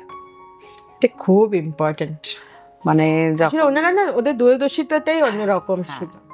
মা যখন মানে অনেক আগেই, কিন্তু মা যখন বাবা চলে গেলেন তারপর থেকেই আস্তে আস্তে গান কমিয়ে দিয়েছিলেন। তা আমরা খুব দুই বোনে জোর করে করে একটা দুটো সিডি করানো হয়েছিল, আমরাও ছিলাম সেটাতে। কিন্তু তারপর একদিন বললেন যে, আমাদের দুজনকে ডাকলেন, ডেকে বললেন যে দেখো রূপো বাবলি, আমি আর গান করব না, পাবলিকলি তো নয়। তারপরে অল ইন্ডিয়া রেডিওতে একটা চিঠি লিখলেন যে আমি আর সেইভাবে গান করতে পারছি না, তাই আমি আর আমাকে ডাকবেন না। সেই জায়গায় আমি আরো বাচ্চাদের যারা ভালো গান করে তাদের নেবেন, অনেক ভালো হবে। সেম উইথ দূরদর্শন। তো এই জিনিসটা আমরাও শিখেছি। আমিও কনভিন্সড, মানে আমি যেদিন দেখবো যে আমি আর গান করতে পারছি না, ওই ছেড়ে দেবো, শুধু গান শেখাবো। ঠিক, কারণ তো গানের মধ্যেই থাকা হল। সবকিছুরই যদি রিটায়ারমেন্ট হয়, আমরা ভাবি কি আমরা শিল্পী, যারা শিল্পী থাকেন তাদের, আচ্ছা একটা চাকরি, এটাও তো একটা চাকরিরই মতো। নিশ্চয়ই। আমরা চাকরিতে 60 বছরে রিটায়ার করছেন মানুষ, তাহলে আমরা কেন রিটায়ার করবে না? আজীবনকাল ধরে তো চলতে পারে না জিনিসটা। আর এই যে মনোপলি ব্যাপারটা, তোমার কি মনে হয় না যে খুব বেশি মনোপলাইজ হয়ে গেছে পুরো বিষয়টা? মানে একই শিল্পীরা বারবার বারবার আসছে। আমাকেও যখন মানে বিভিন্ন জায়গা থেকে একই অর্গানাইজার বারবার ডাকছে, আমি কিন্তু সমানে বলি যে এই তো সেদিন আমার এই একই গান শুনবি, আর কবার শুনবে, রাইট, অন্যদের নেই। হ্যাঁ, এগুলো তো, এটাকে তো ঘুরিয়ে ঘাড়িয়ে নিতে হয় না। অবশ্য ওরা বলেন যে যারা সেলেবল আর্টিস্ট, এইটাই আসল কথা, তাদের নেওয়া। কিন্তু এই আর্টিস্টটা সেলেবল কিনা সেটা তো আমাকে জানতে হবে, বুঝতে হবে, তাই না? না হলে তো কি করে হবে? একই লোক, ধরো আমি সব জায়গায় গিয়ে যাচ্ছি, না যেহেতু জায়গা ছাড়তে চায় না, এটা ঠিক। এ এমন এক জায়গা যে এটা ছাড়া তো খুব মুশকিল। আর মানে মানুষ কি ভাবেন যে আমি কেন চান্স পাবো না, আমি কেন সুযোগ পাবো না, আমি এত কিছু করেছি, আমি কেন পাবো না? কিন্তু একটা না একটা জায়গায় কিন্তু আমার মনে হয় ছাড়তে হয়। এবং জীবনেও আমার মনে হয় অনেক কিছু ছেড়ে ছেড়ে আমরা আসি, যত বড় হই তত। ওই যে বলি আমি, যে নিজের লিমিটেশনসটা যদি আগে না বুঝতে পারি, তাহলে কোনোদিন কিচ্ছু হবে না। গানের ক্ষেত্রেও তাই, আমায় দেখতে হবে যে আমার রেঞ্জটা কতটা, ঠিক সেই অনুযায়ী আমার গান বাজতে হবে, আমার দম কতটা সেই অনুযায়ী দেখতে হবে। সুতরাং এই সমস্ত বিচার করেই কিন্তু আমায় গানটা গাইতে হবে। এবং আমার ক্ষেত্রে বলতে পারি যে আমার কিন্তু মানে আমার এই পুরো কেরিয়ারে, ধরো আমি প্রায় 35-40 বছর গান করছি, ভাবাই যায় না, কিন্তু শরীরটা আমাকে কখনোই সঙ্গ দেয়নি। মাঝে মাঝে এই হ্যাঁ, কিন্তু তুমি তো এইসব ওভারকাম করে ফেলেছো। তুমি এত স্মার্ট একজন মানুষ, এবং তুমি আমার মানে এতটাই সিনিয়র, কিন্তু আমি তোমাকে বলবো, তুমি কিন্তু তোমাকে দেখে বা তোমার সাথে কথা বলে আমার সেই ব্যাপারটা কখনোই মনে হয়নি যে তুমি আমার বড় বা কিছু। এত ফ্রেন্ডলি, এবং মনে আছে তুমি আমার বাড়িতে হলদিয়ায়, তারপর তোমার সেই গান শোনা, আড্ডা, তো অনেক কিছু। আসলে এগুলো তো জীবনে এক একটা দিক, আর এই দিকগুলো কিন্তু আমি হতে অনেক সাহায্য করেছে। আজকে আমাকে তুমি কেন এসছো অন্নচন্দ্রিমা, এটা কিন্তু একটা বড় কারণ। এটাও যে বললাম তোকে আর অংশমানকে এত ভালোবাসে, সেটাই তো। এবার এই দেখো, এই যে ব্যাপারটা, আমি যদি ওরকম হতাম যে তুমি রিলেট করতে পারছো না, তাহলে কিন্তু তোমার সাথে আমার কন্টিনিউশনটা হতো না। এই যে রিলেটেবল ব্যাপারটা, এটা দুপক্ষেরই। কারণ মনে আছে যে তোর, আমরা একটা কোথায় অনুষ্ঠান করতে গেছিলাম বলতো, তো হলদিয়ার কাছাকাছি, ইয়েতে হলদিয়ার কাছে মহিষাদল। সেইখানে তোরা কিরম গেছিলি, চলে গেল। রাত পর্যন্ত স্টেজ দিচ্ছে না বলে বলে আমরা বলে তারপরে সেসব করে, তো সুতরাং এটা এগুলো দুতরফে। সম্পর্কটা এভাবে ভালোবাসা, আমার মনে হয় ভালোবাসা থাকলে। অন্য চন্দ্রিমাতে আমি যেটা বলি যে আমার এখানে আসলে পরে ইগোটা বাদ দিতে হবে, হ্যাঁ, আর একটু ভালোবাসাটা বেশি করে হতে হবে। আর ভালোবাসা তো কোনো সাবস্টিটিউট হয় না, তুমি যত ভালোবাসো এটা কখনোই কমবে না। কিন্তু তুমি যদি আবার লিমিটেড ভালোবাসো, আমি না এইটুকু ভালোবাসলাম তারপর এইটুকু ঘৃণা করলাম, এটা এরকম করে তো সম্পর্ক তৈরি হয় না। আমার তো সেটাই মানে এখন মানে এত বেশি লিমিটেশন হয়ে গেছে মানুষের, এবং প্রত্যেকটা স্টেপ ফেলার আগে মানুষ ভাবছে যে আমি কি পাবো তার পরিবর্তে। এক্স্যাক্টলি, এটা তোমার মনে হয়? হ্যাঁ নিশ্চয়ই। তো এই পাবো ব্যাপারটা বললে তো তোমার সাথে আর সম্পর্কটা থাকবে না। না, থাকবেই না। আমি এত বছর তোমার সাথে আমার সম্পর্ক, আমি কোনোদিন ভাবতে পেরেছি যে রূপতির কাছে আমি কি পাবো, তাহলে আমি যাই তাহলে আমার এই হবে সে হবে, তো জীবনে ভাবতেই পারিনি সেভাবে। আবার কিছু লোক কেমন থাকে, শুধু পেতেই এসেছে, এটা দাও ওটা দাও সেটা দাও, অমুক করো, এটা করে দাও, এটা একটু করে দাও, এটা একটু করে দাও। তা আমার যেটা মনে হয় সেটা হচ্ছে যে বিশেষ করে গানের ক্ষেত্রে, যে কোনো শিল্পের ক্ষেত্রে নিজেকে আগে তৈরি করো, ঠিক, তাহলে আর তোমাকে কারোর কাছে চাইতে যেতে হবে না, চাইতে হবে না, তারাই এসে তোমাকে ডেকে নিয়ে যাবে। এটা দারুণ কথা বলছে। এটা একটু মানে আরেকবার মেসেজ দেওয়া হোক আমার জেনারেশন, আমার পরের, এবং যারা প্রত্যেকেই গান বাজনা করতে চাইছেন, প্রত্যেকের জন্য একটা মেসেজ হয়ে থাকুক এটা, যে নিজেকে তৈরি করলে আর কারোর কাছে চাইতে হবে না। এই যে আমরা আজকাল এত বেশি কি বলবো এটাকে, মানে আমি খুব খারাপ টার্মসে বলছি যে বাটারিং বা অয়েলিং বলতে আমরা এখন, এটা ইটস ভেরি কমন টার্ম। তো এই ব্যাপারটা এত বেশি হয়ে গেছে, তোমার সাথে আমি দেখা করছি তার মানেই হচ্ছে আমি কিন্তু একটা উদ্দেশ্য নিয়ে আসছি। তো তোর দেখ, আমার সোলোতে তোর তো যাওয়ার কোনো মানে ছিল না, ছিল কি? তো তুই গেলি কেন? ওই সম্পর্কটা মধুমিতা দি এসেছিলেন, রিলিজও হয়ে গেছে। এবার মধুমিতা দিদির সাথে ওই একই সম্পর্ক নিয়ে কথা। আসলে সম্পর্ক নিয়ে কথা বলতে আমার খুব ভালো লাগে। আমার শুধু মনে হয় যে আর একটু বেশি চিনি, মানে শিল্প সত্তা তো রয়েছে মানুষটার, তারপরে মানুষটা কেমন সেটা আমাকে খুব ইন্সপায়ার করে। প্রত্যেকটা মানুষেরই তো আলাদা আলাদা একটা যাপন রয়েছে। অনেকে আছে হয়তো খুব প্রফেশনাল, হ্যাঁ, আবার অনেকে আছেন খুব ইমোশনাল, এরকম বিভিন্ন সেগমেন্টস থাকে মানুষের। এবং আর্টিস্ট মানেই তো বলা হয় যে খুব ইমোশনালি ইনক্লাইন্ড, মানে ক্রিয়েচার আর কি, বাই নেচারই তারা তেমন।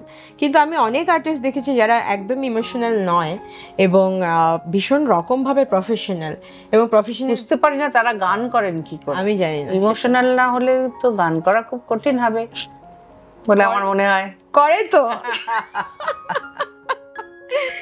আচ্ছা, অন্য চন্দ্রিমায় আরেকটা সেগমেন্ট আছে তোমার, তো তোমার মনে আছে তুমি হলদিয়াতে গেছিলে অংশমানের ওখানে, ইন্ডিয়ান অয়েলের সেই ইয়েতে, সেখানে প্রচুর রান্নাবাড়ি করা হয়েছিল, খাওয়া হয়েছিল। তো রান্নাটা যেহেতু আমার আরেকটা দিক, আরেকটা প্যাশন, আরেকটা ভালোবাসা, এবং আমি ভালোবেসে মানুষকে রান্না করে খাওয়াতে ভালোবাসি। তো তোমাকে হয়তো সেভাবে এই কলকাতায় খাওয়ানো হয়নি, তো আমি তোমার জন্য কিছু প্রিপারেশন করেছি, আজকে আমরা খাওয়া দাওয়া করব। তোমার চা ফেভারিট না কফি? আমার চা। তো proper Darjeeling T with some foods, সেটা আমরা সার্ভ করব এবং আরো অনেক কথা বলবো। বাহ, তো খুব ভালো জিনিস হলো। বলছি খুব ভালো জিনিস হলো। তাহলে আমরা পরের সেগমেন্টে যাব, উইথ আ কাপ অফ টি।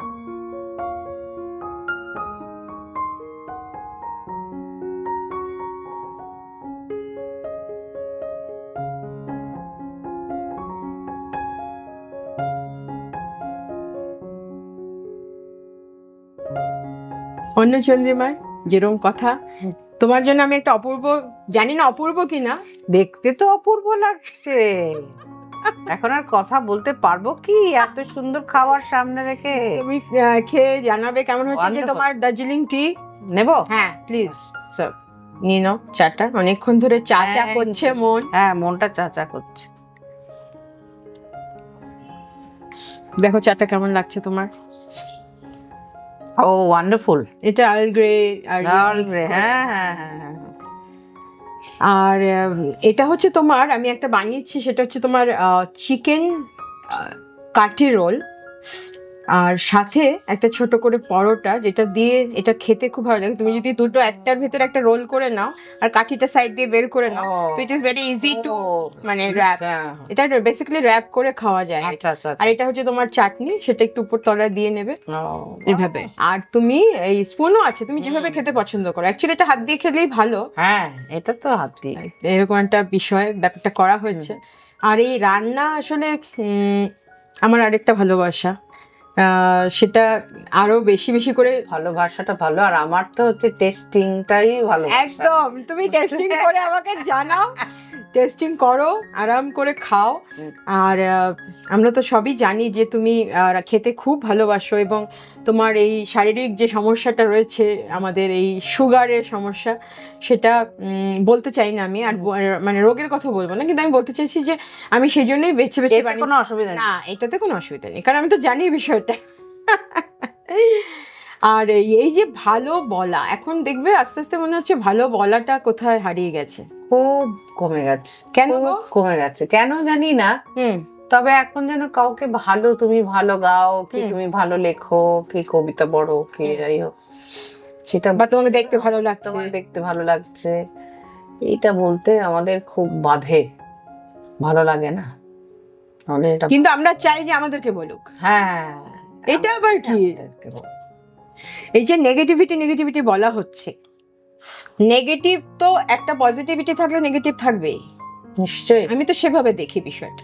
তুমি সোশ্যাল মিডিয়া একটা গান দিল, মানে আমি একটা গান দিলাম বা তুমি একটা গান দিলে, এবার এরকম তো হতে পারে না যে পৃথিবীর সবার এই গানটা ভালো লাগবে, লতাজির গানও খারাপ লাগবে। আর এই মানে সোশ্যাল মিডিয়া হয়ে বরবাদ যে কি ভয়ঙ্কর একটা, ভালোও হয়েছে আবার খারাপও হয়েছে অনেক বেশি রে। মানে এখন কিছু কিছু এই যে টিভি শো সকালে হয় না, এসবে গান করতে যেতে আমি এখন তো ভয় পাই। কারণ যাকে পারছে তাদের সিনিয়রিটি ওইসব ওদের মাথায় করে না। এবং আমি দেখেছিলাম একজনকে, খুব একজন মানে লার্নার্ড, আসলে যারা লেখে, যারা ট্রোল করে, তারা তো জানে না একটা গান করতে গেলে কি কি দরকার। ঠিক, ধরো তোমার শরীর খারাপ, কি তোমার মুড নেই, অনেক টেকনিক্যালিটিস প্রবলেম হচ্ছে, সাউন্ডে শুনতে পাচ্ছি না, হ্যাঁ গলাটা খারাপ, কি সাউন্ডে এটা শুনতে পাচ্ছি কি ওটা শুনতে পাচ্ছি না। গান গাওয়া ইজ নট দ্যাট ইজি না, একদম। তো বাড়িতে বসে খালি গলায় গান তো নয়, একদম। তো সুতরাং ওনাকে ওনার মতো পেলাম না, ওনার মতো পেলাম না। আরে পেলি না, এটা আবার কি কথা, আর কি সাহস বলতে পারে, কি সাহস বাবা। আমি তো খুব ভয় পাই জানিস তো, আমি মানে কেউ বললে ওরে বাবা, আবার ওই যেচে পড়ে আমি খারাপ শুনতে চাই না। ঠিক কথাই। আর আমরা ধর 35-40 বছর গান গাইছি, এখন মাঝে মাঝে এদিক ওদিক হতেই পারে, আমরা কি আর সেই, আমি না মানে একটু অবাক হয়ে যাই, এটা আমার ফ্যামিলিতে খুব বলে। ধর আমি একটা শো করে আসলাম, তাই বলে আমার না এই জায়গাটা গানটা এরকম হয়ে গেছিল, বলে একটু মন খারাপ হয় স্টেজ থেকে নেমে। তখন আমার বাড়িতে একজন আছে, এগেইন অংশমানের কথা বলতেই হয়, ও এত বেশি পড়ে, ওর স্পিরিচুয়াল লেভেলটা একদম অন্য লেভেলের। তো আমাকে বলছে একদিন আর কি এটা নিয়ে খুব কথা হচ্ছে, তখন বলে হিউম্যান এরর বলে পৃথিবীতে একটা কথা আছে। ঠিক ঠিক ঠিক, হিউম্যান এরর যদি না থাকে তাহলে হিউম্যানই না। ঠিক, কারেক্ট। এবং তুমি স্টেজে ভুল করবে, এটাই স্বাভাবিক। যার জন্য আমার জানি, তার মানে এই না যে তুমি ভুল করে একদম ছড়িয়ে এরকম না, একটা টেকনিক্যাল হতে পারে, একটা হয়তো একটুখানি নিঃশ্বাসের সমস্যা হতে পারে, হয়তো একটুখানি লিরিক্সের সমস্যা হতে পারে। আমি বলছি না এগুলো করা উচিত, কিন্তু আমি বলছি যেটা হতে পারে, আমরা তো কেউ মেশিন নই। ঠিক, আমি যেরকম মানে আমি না খুব রিহার্সালে বিশ্বাসী, জানো তো। আমার যাবতীয় হয় অন স্টেজ। ধরো ভুল করলাম অন স্টেজ, সেখান থেকে আমরা শিখে নিলাম যে এখানে আর ভুল করলে চলবে না। হ্যাঁ, এই জিনিসটা আমরা এই টেকনিক্যালিটিটা হ্যাঁ তো ভুল কাউকে করতে শেখাতে শিখি পারবে না। না। তুমি তোমার যে একাডেমিতে আছে, তো এবার তুমি ধরো টেকনিক্যাল জিনিসটা মুখে বলছো বটে, কিন্তু তার কিন্তু স্টেজে গিয়ে ওই জিনিসটা একটু করতে খাবো, হবে। আমি হ্যাঁ, আর please। পাচ্ছি না, জিভ দিয়ে জল পড়ছে। তোমাকে তো অনেকক্ষণ থেকে খেতে হ্যাঁ। হচ্ছে। এটা হাত দিয়েই খাই। হ্যাঁ হ্যাঁ হ্যাঁ, তুমি এটা জাস্ট ট্রাই করো হাত এটা দিয়ে? হ্যাঁ, না, এটা আগে আমি খাই। তোমাকে একটু হেল্প করবো। হ্যাঁ, আমি বলে দিচ্ছি, জাস্ট তুইও একটু খা। আমি খাবো। I will just help you. নে নে, তুই একটা নে, আমি একটা। না, নিচ্ছি তুমি নে নে নে নে নে নে। একটু দিয়ে দিই, হ্যাঁ, জাস্ট একটু টেস্ট করো, ব্যাস। ও ওয়ান্ডারফুল, এখন আর কথা হবে না, তুই বল। আমি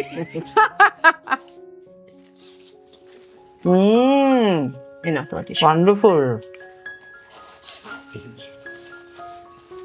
ভালো হচ্ছে? দারুণ। Thank you. আমি জানতাম তুমি ভালোবাসো খেতে, আমি ভেবেছিলাম একটু স্পেশাল কিছু বানাই।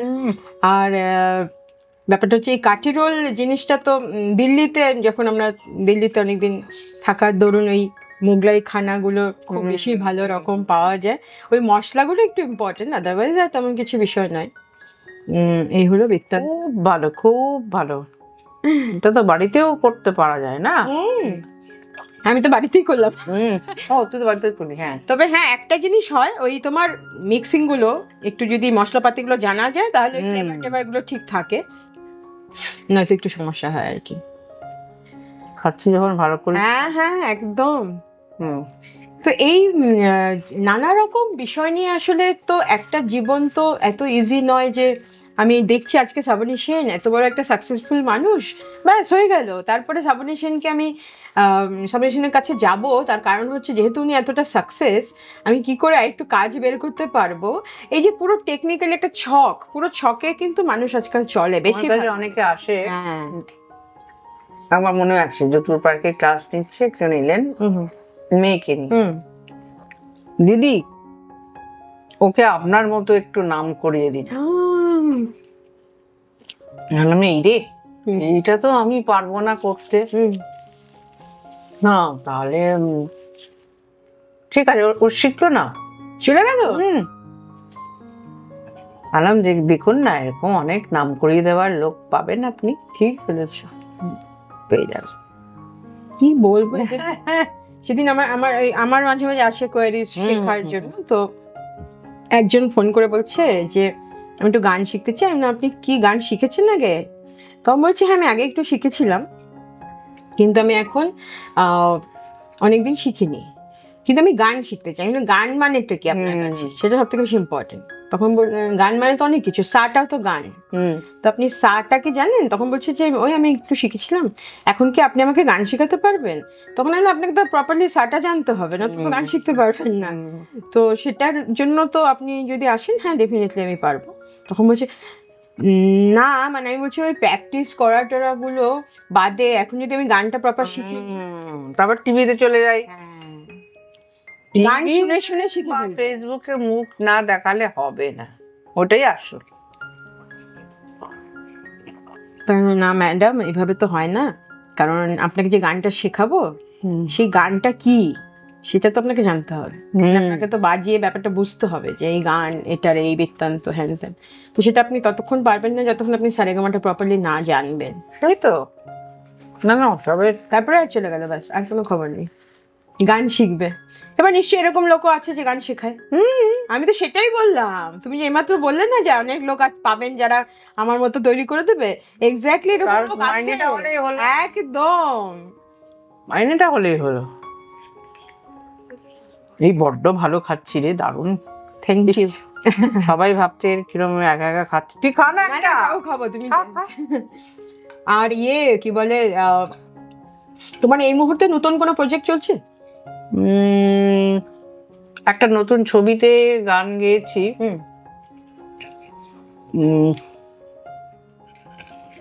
অঞ্জন দত্ত আর মমতা শঙ্কর আছেন, বাহ, সেখানে আমি আর অঞ্জন দা একটা ডুয়েট গান গেয়েছি রবীন্দ্রনাথ। ব্যাপার। কিন্তু আনফরচুনেটলি আমি নামটা ভুলে গেছি, নাম এর মধ্যেই আসবে, পরে জেনে নেব নাম, আর অটোমেটিক্যালি মানুষ তো জানবেই না। খুব ভালো লেগেছে। আর মিউজিক ডিরেকশন দিয়েছে নীল, ছেলে, খুব ভালো। আর অঞ্জনদার তো আমি বিরাট আমিও ফ্যান, পাগলের মতো ভক্ত। মানে তাই জন্য মানে ওনার সঙ্গে ওনার আরেকটা ছবিতে আমি গিয়েছিলাম, ব্যোমকেশের একটা ওকে ওকে গিয়েছিলাম, সেটা সোলো ছিল, এটা এবার ডুয়েট ছিল। তো বিশাল খবর। মানে ওই আর কি আমার কাছে ভালো, মানে এটা বিরাট। এক্স্যাক্টলি, মানে ওনাকে আজকে আমরা বলাবলি করছিলাম মানে বিহাইন্ড দ্য ক্যামেরা, যে উনি যখন কথা বলেন ওই ব্যারিটন একটা ভয়েস, আর সব থেকে বড় কথা ওনার এত বছরের যে এক্সপিরিয়েন্সটা, সেটা ওনার কথা শুনলেই বোঝা যায়। এবার স্টেজে দাপিয়ে বেড়ান। আমি বললাম কি যে আমি নীলকে বললাম যে নীল দেখ বাবা, আমার তো রেঞ্জটা খুব লো, আমার ওই জন্য ডুয়েট ফুয়েট গাওয়া খুব কঠিন। বললো না তুমি ভেবো না, যত নিচু দেবে বাবা তত ভালো আওয়াজ বেরোবে। ঠিক, ঠিকই তাই, ঠিক কথাই। ওনার তো মানে আইলে কতটা কম্প্রোমাইজ করেন দেখো, বড়রা বোধহয় এরকমই। আসলে উনি চাইছিলেন যে তোমাকে যেন প্রকারে তোমাকে চাইছেন, এবার তুমি তুমি তুমি যদি না থাকো তাহলে প্রজেক্টটাই হয়তো হবে। তো সুতরাং ইট ইজ ভেরি ইম্পর্টেন্ট। আসলে এটা কিন্তু মানে ইন্ডিভিজুয়ালি দুজনেরই একটা রেসপেক্টের জায়গা। নিশ্চয়ই নিশ্চয়ই। আমি বলছি রিসেন্টলি শুনছিলাম আমাদেরই জেনারেশনের একজন সিঙ্গার, সে হয়তো অরিজিৎ সিং এর সাথে কোনো একটা মুম্বাইতে কোনো একটা কাজ করেছে, তো সে বলছে যে ওকে বলা হয়েছে অরিজিৎ সিং এর স্কেলে গানটা গাই, তো সেটা কিভাবে হয়?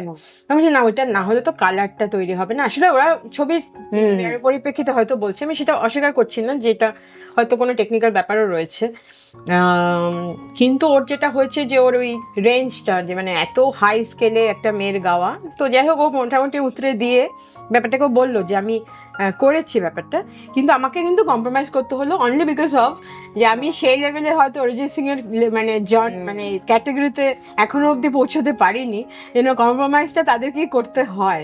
তোমার কি মনে হয় যে কম্প্রোমাইজ করা এটা কিন্তু খুব মানে ইনফ্যাক্ট আমিও অনেক অনেক মানে আমিও অনেক জায়গায় ফেস করেছি।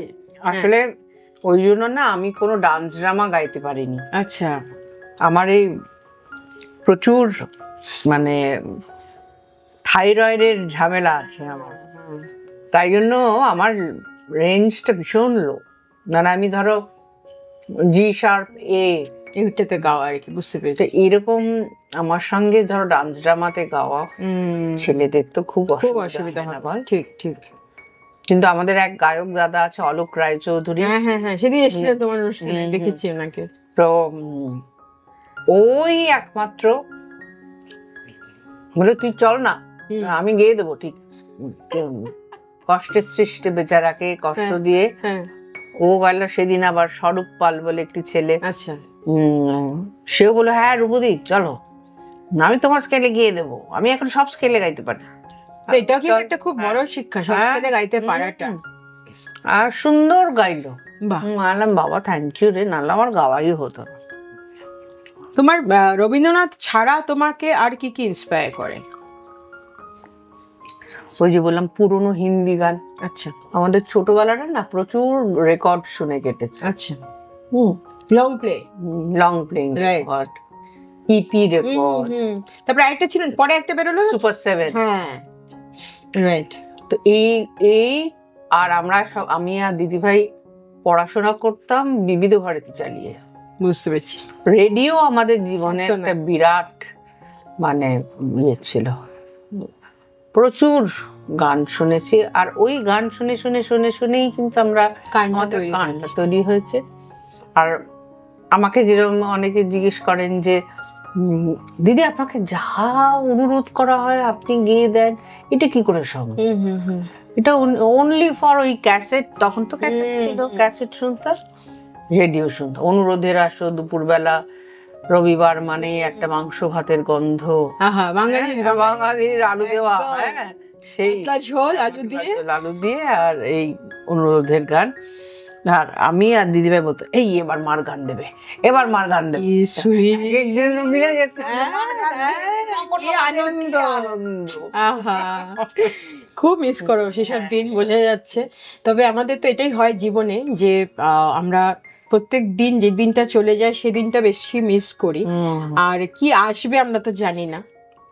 তো সুতরাং আমার মনে হয় প্রত্যেক দিন বেঁচে থাকাটাই একটা জীবন, প্রত্যেক দিনে যে আজকের দিনটা নিশ্চয়ই। আর তো হয়তো কালকে আসবে, কিন্তু অন্য রকম ভাবে আসবে, এভাবে তো আসবে না, আজকের মতন করে আসবে। কে জানতে বল, আমি ঘুম থেকে উঠে ভেবেছি এত সুন্দর একটা সময় কাটবে। তুমি বলো, তুমি একটু মানে ভাবছিলে যে কি হবে না হবে, আইলাম যে কোথায় যাব, আবার বিকেলে ক্লাস, আসলে আমার এই পড়পড়া একটু চাপও পড়ছে।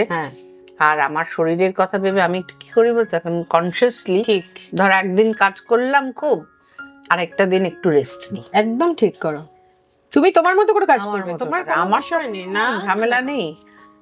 আর আমার মনে হয় প্রত্যেকটা আর্টিস্টের সেটাই হওয়া উচিত। সেদিন আমি আসলে খুব ইন্টারভিউ দেখি, আমার ভীষণ মানে আমার টাইম পাস মানে ইন্টারভিউ আর গান শোনা। তো এবার ইন্টারভিউ দেখতে দেখতে তখন শুভমিতাদির আর রূপাদির একটা ইন্টারভিউ দেখছিলাম, তো এরা তো আমাদের মানে লেগাসি বলা যেতে পারে বড়। তো তখন উনি বলছিলেন, শুভমিতাদি বললেন যে আমি জানি যে আজকে যত টাকাই হোক বা যত বড়ই অনুষ্ঠান হোক, যদি আমি কমফোর্টেবল না হই আমি কখনো হ্যাঁ বলি না, ভাবতো আমি কিন্তু ছেড়ে দিই। এটা ওনার ইয়ে আর কি, থট প্রসেস। আর লোপাদি বলছেন যে আমার আবার তা নয়, আমি খুব একটু মানে সবকিছুই ধরে রাখবো, সেটা একটু চেষ্টা করি যে সবকিছু গাইবো, সবকিছু করবো, এরকম একটা ব্যাপার। আর আমি খুব ইনসিকিউর। তোমার ইনসিকিউরিটি হয় না? আমি তো কোনোদিন ভাবিনি যে আমার গান গাইতে হবে, করতে হবে। তারপর দেখলাম, দেখো আমি তো সিঙ্গেল লোক, আমার চলে গেলেই হলো, আমার গান শিখেই চলে যাবে আমার। তবে হ্যাঁ, ওই স্টেজের আলো, স্টেজের অডিয়েন্স বিশেষ করে একটা হাতছানি তো দেয়, তোমাকে খুব টানে। হ্যাঁ, টানে, সবাইকেই টানে। তো সেটা ঠিক সময় মতো যেন আমি ছেড়ে আসতে পারি না, সেই উইদাউট এনি পিছু টান। সেই ইনসিকিউরিটি তো রইলো। বললাম যে মানে পয়সা টাকার ইনসিকিউরিটি বা তুমি কিভাবে লাইভলিহুড করবে সেটা আমার হচ্ছে, আমার দুটো জিনিস আমি করে, আমার কোনো গয়না গাটি শাড়ি ফাড়ি দেখেছিস, আমি ভীষণই ওই জিনিসের মধ্যে। তুমি এখন মানে তুমি আমার রিচুয়ালে পৌঁছে গেছে। আমার একটা লিপস্টিক 3 বছর চলে, সেটা কালকে শুনলাম একজন ছাত্রী বলল, দিদি 3 বছর আর কি খবর, শেষ হয় না তো, তো লিপস্টিক লাগাই না, শাড়ি পরে হয়তো একটু লাগালাম। তো সেই ওই আচ্ছা, আমার একটা দুটো শখ, একটা হচ্ছে মোবাইল ফোন, একটু ভালো মোবাইল ফোন, আর একটু পারফিউম। বাহ, এই দুটো হচ্ছে আমার মানে। ও আরেকটু আছে ঘড়ি। এই তিনটে, কিন্তু ঘড়ি মানে তো বিশাল দামের ঘড়ি না, ওই যেগুলো এখন অ্যামাজন ফার্মেশনে পাওয়া যায় না, 300 টাকার ঘড়ি, কিন্তু খুব সুন্দর দেখতে, সেইগুলো আমার খুব ভালো লাগে। সেরকম অনেক ঘড়ি আমার আছে। দেখছেন তো, এরকম মানুষ এখনো আমাদের সাথে রয়েছে, এটা ভাবতে অবাক লাগে। আসলে এই ভ্যালু সিস্টেমেই আমরা বড় হয়েছি, এবং আমার মনে হয় আমি খুব লাকি যে এইসব মানুষের এরাতে আমি এখনো বাস করি। আমি খুব আপ্লুত হয়ে পড়ছি। আমি এত সিম্পল মানুষ আমি খুব কম দেখি আজকাল, এবং শুধু তাই নয়, আমার সামনে বসে আছে বলে বলছি না, রূপদির ব্যাপারটাই অন্যরকম। আমি জানি না কেন হঠাৎ এত ইমোশনাল হয়ে গেলাম। জীবনটা আসলে ওইভাবে যদি আমরা দেখতে পারি যে সিম্পল জীবন, সিম্পলিসিটি, তাহলে আমার মনে হয় জীবনটা অনেক বেশি সুন্দর হয়, এবং অনেক বেশি যে তুমি শান্ত, তোমার কোনো, তুমি আজকে যে এসছো তোমার অ্যাসার সেরকম কোনো তাড়া নেই, কিন্তু আমরা আজকাল খুব দেখি যে প্রচুর লোকের প্রচুর তাড়া। এই তাড়াটা হয়তো আসল তাড়াও নেই, একটু দেখাতেও হয়। আমরা এত দেখাই কেন? একজন মিউজিক ডাইরেক্টরকে আমি জানি যে এই তাড়াতাড়ি শেষ কর, আমার ফ্লাইট ধরতে হবে।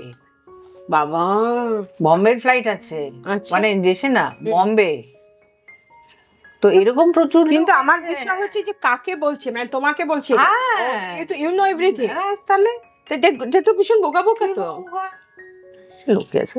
কি বলবি, কোনটাকে ছেড়ে? বাবা, তোমার কাছে প্রেম নিয়ে আমরা একটু কথা বলি, আমরা একটু ভালোবাসা নিয়ে কথা বলি। হ্যাঁ, ভালোবাসাটা ভালোবাসি, প্রেম হয়নি, কোনোদিনও হয়নি না।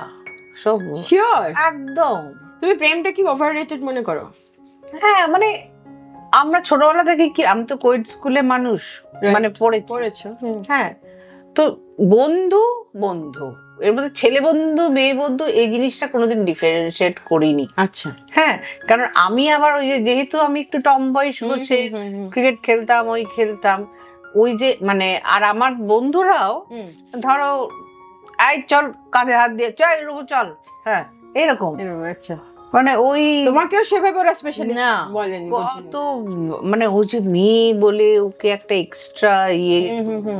তারপর আমি দেখতে শুনতেও কটা ভালো মানে খুব সুন্দর, এবং তোমার পার্সোনালিটির জন্যই তোমাকে দেখতে এত ভালো লাগে। আমি জানি না, কিন্তু মোটকু সুটকু ছিলাম একটু গোলগাল, তা আমি যেরকম ছিলাম তাতেই আমি খুশি, আমি আই এম ভেরি হ্যাপি। তুমি রিসেন্টলি গুয়াহাটি গেছিলে, আমি ফোন করলাম, আমার দিদি ফোন করে বলছে কি সুন্দর একটা শাড়ি পরেছে, ওই মানে সুন্দর একটা শাড়ি পরেছে, 2-3 বার ফোন করে আমি দাঁড়া ছবি দেখি, এবার ছবি দেখে আমি হ্যাঁ রে শাড়িটা খুব সুন্দর, আমি খুব সুন্দর সুন্দর শাড়ি পরে এবং খুব সিলেক্টিভ।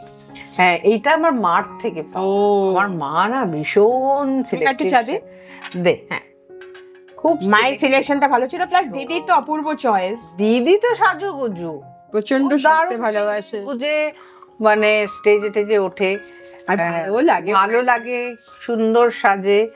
তো আলাম তোর আর কি, তুই তো সেজে গুজে উঠলেই তোকে সবাই হয়ে গেল, তোর তো 80% ওখানেই হয়ে গেল। তোমাদের দুজনের সম্পর্কটা আমার দুর্ধর্ষ লাগে, তোমরা অন স্ক্রিনেও যখন থাকো এত মজা করো। ওরা এমন করে, আমি বললাম দেখ দিদি ভাই এরকম করে আমরা যে কথা বলি লোকে ভাবে বোধহয় সত্যি ওদের মধ্যে ভীষণ একটা বাজে রাইভালরি, অমুক তমুক হ্যানা ত্যানা। মানে ধরো আমাকে আমাদের ছাত্রী, আমার তো অনেক ছাত্রী আছে, ধর ওকে একটা শাড়ি দিয়েছে, আমাকে একটা শাড়ি দিয়েছে, ফার্স্ট ওর কথা হচ্ছে দেখি তোর শাড়ি, ওর শাড়িটা দেখি কেমন, ওর শাড়িটা দেখি, ওর শাড়িটা অনেক ভালো, আমি ওটা নিয়ে নিলাম। আর আমার তো কোনো, আমার একটা হলেই হলো, আমার তো অত, তুমি একদমই ডিমান্ডিং না। না না না, আমার যেটা দেবে। তুমি কি ছোটবেলা থেকে ডিমান্ডিং ছিলে না নাকি এখন হয়েছে? না রে, কোনোদিনই ছিলে না। তাই তুমি ভালো বাচ্চা ছিলে। আমি ভালো বাচ্চা কিন্তু দুরন্ত। আমার কি, আমার আমার মনে আছে দিদির বিয়ে হলো, তো তখন পুজোর সময় দিদির শাশুড়ি প্রথম পুজোতে সবাইকে জামা কাপড় দিচ্ছে, আমার জন্য এলো একটা ট্রাউজার লেন্থ আর একটা শার্ট, বুঝলি? তখন আমি ক্লাস, ওর 1975-এ বিয়ে হয়েছে, তো আমি তখন ক্লাস 5-এ। আচ্ছা, ট্রেনি, তারপর থেকে সব ওইটাই চল হয়ে গেল। তখন আমাকে উনি ভীষণ ভালোবাসতেন, ওনা আমার রুটা বাদ দিয়ে শুধু পু বলে ডাকতেন। আচ্ছা, তো বলছে পু তোকে কি দেবো, বললাম যা দেন তাই দেবেন। ওই ওই ওই তুই আর কতদিন প্যান্ট শার্ট পরবি? জানলাম যতদিন পারি ততদিন। মানে আমি অনেক বড় হয়ে পর্যন্ত যখন জিন্স টিন্স এলো সব, এখনো পড়তে, তারপর তো আমি জার্নালিজম পড়তাম, তখন একটা ভীষণ আতলামো, বুঝলি, ওরকম দেখতে হতো, ছেঁড়া জিন্স, একটা জিন্স তখন ছেঁড়া আসেনি, আচ্ছা, একটা খাদির পাঞ্জাবি, আর সস্তা খাদির পাঞ্জাবি তো খুব সস্তা, দাম কম, এক কালারের সব, একটা লাল একটা সবুজ একটা এরকম, ওই 3টে না 4টে আমার খাদির পাঞ্জাবি ছিল, পেয়ার অফ জিন্স, আর তোমার একটা কাঁধে ঝোলা, আর একটা রিমলেস চশমা। আমার পাওয়ার হয়েছে কিন্তু ওই যে কায়দা করে, কোনো পাওয়ার ছিল না আমার চোখে, ওই পরে পরে পরে পরে এই তো ওই বাড়িটা আমার ভীষণ পছন্দ। তুমি এসে থাকো? হ্যাঁ একদিন থাকবো। হ্যাঁ, আমরা সারাদিন পার্টি করবো, মজা করবো, আড্ডা দেবো আর খাবো। খাওয়াটা আমার তরফ থেকে যা যা বলবে আমি সব বানিয়ে খাওয়াবো। Right right right. এই ওই ঘরটা কিসের রে? এটা আমার লাইব্রেরি, তুমি দেখতে চাইছো? চল চল চল যাই, প্লিজ এসো, আমি খুব খুশি হবো।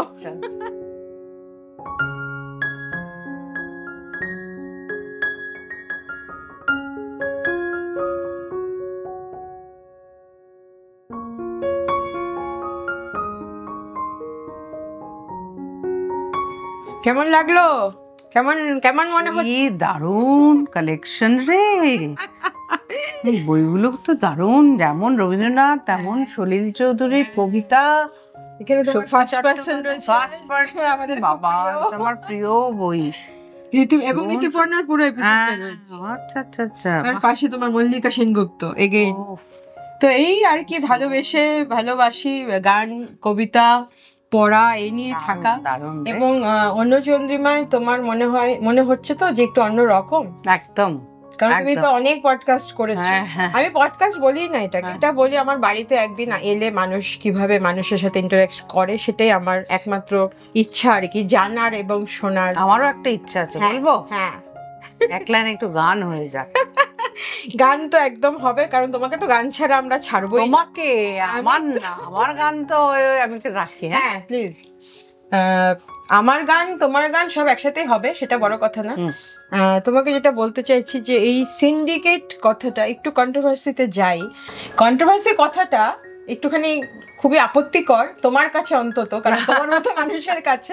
আচ্ছা, এই যে পলিটিক্যালি সিন্ডিকেট, আমরা মিউজিক্যালি সিন্ডিকেট, এই কথাগুলো আজকাল এত বেশি শুনতে পাওয়া যাচ্ছে, তোমার কি মনে হয়? হ্যাঁ, শুনতে পাওয়া যাচ্ছে তো। কেন? মানে এটার মানে তো মানে দাঁড়ায় কি, সব নিজেদের বন্ধু বান্ধব নিয়ে কাজ করছে, তাই তো? হয়তো তাই। আসল কথা কি, আমরা ওই এক হতে পারছি না। এক হয়ে থাকাটা বা একে অপরের সাথে হাত ধরে যে থাকার বিষয়টা, সেটা এখন আর হচ্ছে না বলে তোমার ধারণা, এবং আমারও সেটাই মনে হয়। আর আমার তো অনেক জায়গায় অনেক দুঃখ রয়েছে, যেমন প্রচুর মানে অনেক ভালো ভালো কাজ অনেক জায়গায় আমরা করতে পারি না, কারণ হচ্ছে আমরা চান্স পাই না বা সুযোগ পাই না সেই জায়গাগুলোকে দেখানোর, সেই ব্যাপারটা রয়েছে। এটা তোমার মধ্যে রয়েছে। যেমন তোমার ফরমাইশে গান, তোমার কিছু গানই আছে দেখবে মানুষ তোমাকে বলে নিজের মতো গাইতেই দেয় না একদম। তাহলে তো বুঝতেই পারছো যে সেই আর কি তাদের মানে এই জায়গাগুলোকে আরো আস্তে আস্তে কমে যাচ্ছে, তাই তো? হ্যাঁ, যখন ওই প্রফেশনটা হিসেবে নিয়েছিলাম তখন দেখলাম ওই নিজের গান ওই গাইলে চলবে না। বুঝতে পেরেছি। যে রিকোয়েস্ট আসে বা দিদি এটার জন্যই তো বেঁচে থেকেছি, ঠিক। হ্যাঁ, এখন আবার অনেকে অটোগ্রাফ দিতে চান না বা সেলফি তুলতে চান না, কিন্তু আমি তো তাদের বলি যে যতদিন অটোগ্রাফ নেবে, সেলফি তুলবে, ততদিনই কিন্তু আমরা বেঁচে আছি। এটা তো ঘটনা, না হলে আর কেউ মনেই রাখবে না। এখন তো শ্রোতাদের থেকে শিল্পী বেশি হয়ে গেছে। ঠিক। হ্যাঁ, তো সুতরাং অনেক কথা ভেবে চিনতে কাজকর্ম করতে হবে। বুঝতে পেরেছি। তুমি এত বছর ধরে আসলে কাজ করছো, তো আমার মনে হয় তোমার এই জিনিসগুলো খুবই ইজি হয়ে গেছে। আমাদের এক এক সময় মনে হয় যে কেন এরকম হচ্ছে, একটু মানে ভোকাল হওয়ার চেষ্টা করা, একটুখানি এই করা, মানে আমাদের মনে হয় আর কি। তারপর তুমি দেখছো যে এসব ভোকাল টোকাল হয়, তোমার এখন যে অবস্থা, তোমার এইসব ভোকাল টোকালে তুমি লাভ নেই, এটা তুমি বুঝে গেছো।